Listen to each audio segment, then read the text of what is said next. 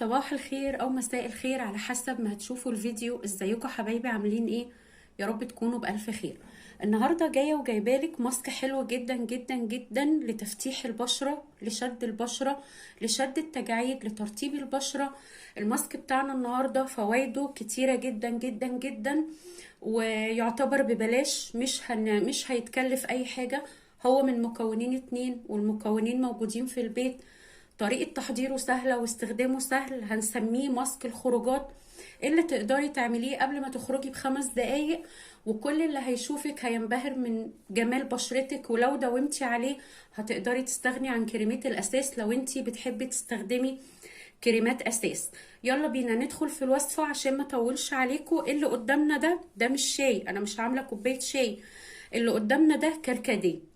هنعمل ايه يا تومه بالكركديه؟ هتجيبي معلقه كركديه وتنقعيها في كوبايه ميه سخنه لمده نص ساعه ربع ساعه، عشان تنزل لون بسرعه بدل ما تنقعيها في ميه بارده وتطول.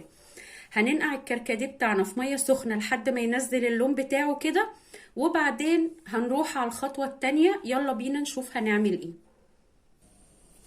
هنا حبايبي جبنا معلقه نشا وحطيناها في الطاسه، وبعد كده هناخد من مية الكركديه اللي احنا منقعينها ونحط على النشا ونحطه على النار ونقلبه لحد ما يدينا قوام سميك او قوام كريمي. اهو كده حبايبي احنا قلبناه على البارد، دوبنا النشا في مية الكركديه على البارد، وبعدين حطيناه على النار وهنفضل نقلب بالراحة لحد ما يدينا القوام الكريمي اللي احنا عايزينه. هخلصه وارجع لكم تاني. تمام يا حبايبي، كده الماسك بتاعنا بقى جاهز وهو ده قوامه. الاول قبل ما نشوف هنستخدمه ازاي نكمل ونعرف ايه فوائد الماسك بتاعنا. الماسك بتاعنا بيعتبر بوتوكس طبيعي، وكمان بيفتح البشرة جدا، بيشد التجاعيد، بيجدد خلايا الجلد اللي موجودة في البشرة، بيرطبها، بيدي البشرة نضارة وحيوية وبريق طبيعي جدا جدا جدا، وكمان بيقضي على الأماكن الداكنة. كل دي فوائد موجودة في الماسك بتاعنا ناتج عن وجود الكركديه والنشا مع بعض. طيب يا توما، هنستعمل الماسك بتاعنا ازاي؟ احنا كده خلاص جهزنا الماسك بتاعنا وسبناه يبرد على بشرة نظيفة زي ما احنا متفقين. تمام، وهنبتدي نفرد الماسك بتاعنا زي ما انتي شايفة كده.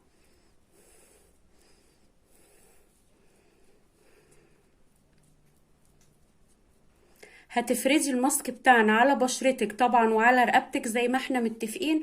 اي ماسك بنعمله لبشرتنا او لوشنا بنحطه كمان على الرقبة عشان يكون فيه توحيد للون، ما يبقاش الرقبة لون والبشرة لون تاني.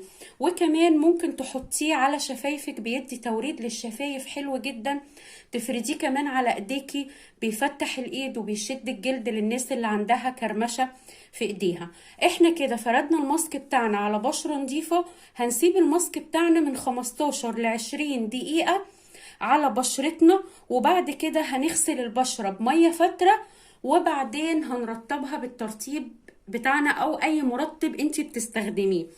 الماسك بتاعنا هتستخدميه 3 مرات في الاسبوع، وممكن تحتفظي بالكمية دي في التلاجة، وبعد الاسبوع تجددي وتعملي كمية جديدة. طبعا ما فيهاش اي مشكلة لان الماسك بتاعنا مش مكلف نهائي.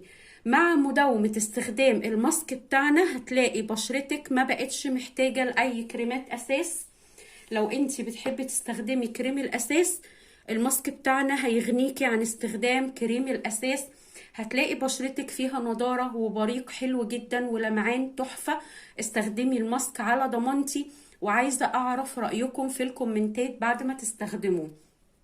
لو عجبكم الفيديو بتاعنا ما تنسوش تدعموا الفيديو باللايك والشير، واللي اول مرة يشوفنا يشترك في القناة ويفعل زر الجرس علشان يوصلكوا كل جديد. واستنوني في فيديو جديد ووصفة جديدة مع تومة وبس.